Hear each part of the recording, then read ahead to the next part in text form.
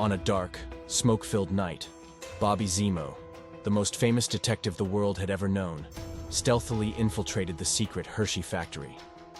With his silver hair gleaming under dim lights and deep lines etched across his face, the weight of his 50 years was evident.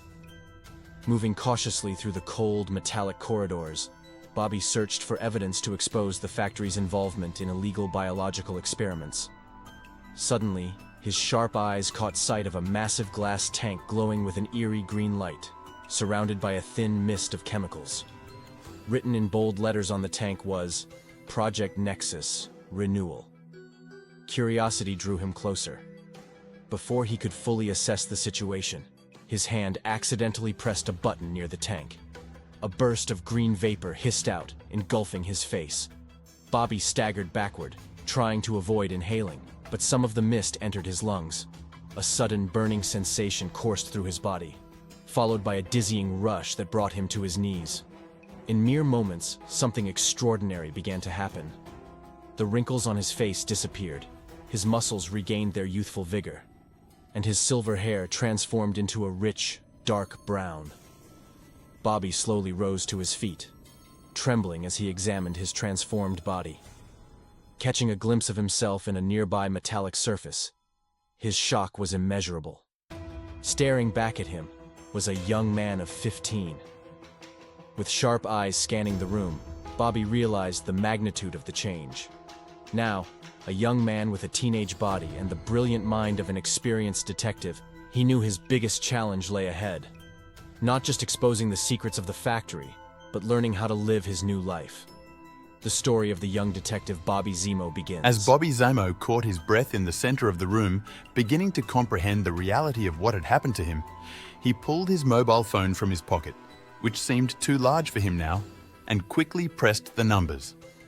His hand trembled slightly from the shock, but he knew exactly who he needed to call. "Togiri Mak," Bobby whispered to himself as he dialed the number, then lifted the phone to his ear. Moments later, the voice of Togiri Mak, the funny detective as he liked to call himself, came through loudly. "Hello? Togiri, it's Bobby. Come to the factory door now. Something strange is happening here. Something bigger than you can imagine." Togiri, the young detective with a quirky nature and tendency to exaggerate, replied with a sarcastic tone. "Is there anything bigger than the weirdness you see everywhere? I'll be there in a minute." Bobby quickly ended the call, knowing that Togiri wouldn't waste any time showing up.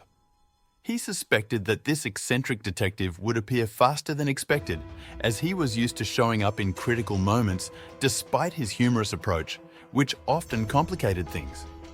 In that moment, Bobby continued to stare at the room, watching the metal columns shake from the explosions caused by the pipes. Although Bobby was certain something unusual was happening in this place, he also focused on his newfound awareness of the world around him.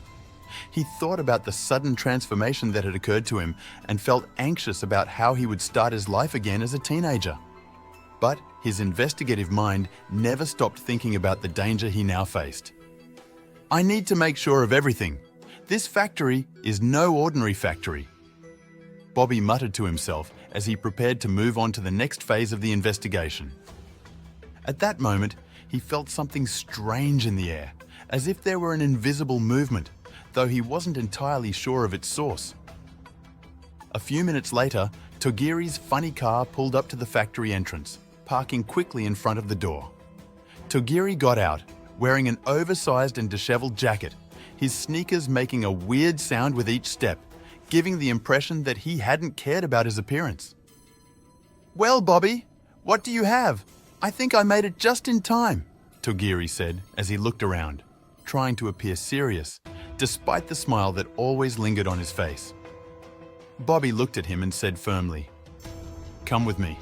There's something we need to discover before it gets out of control."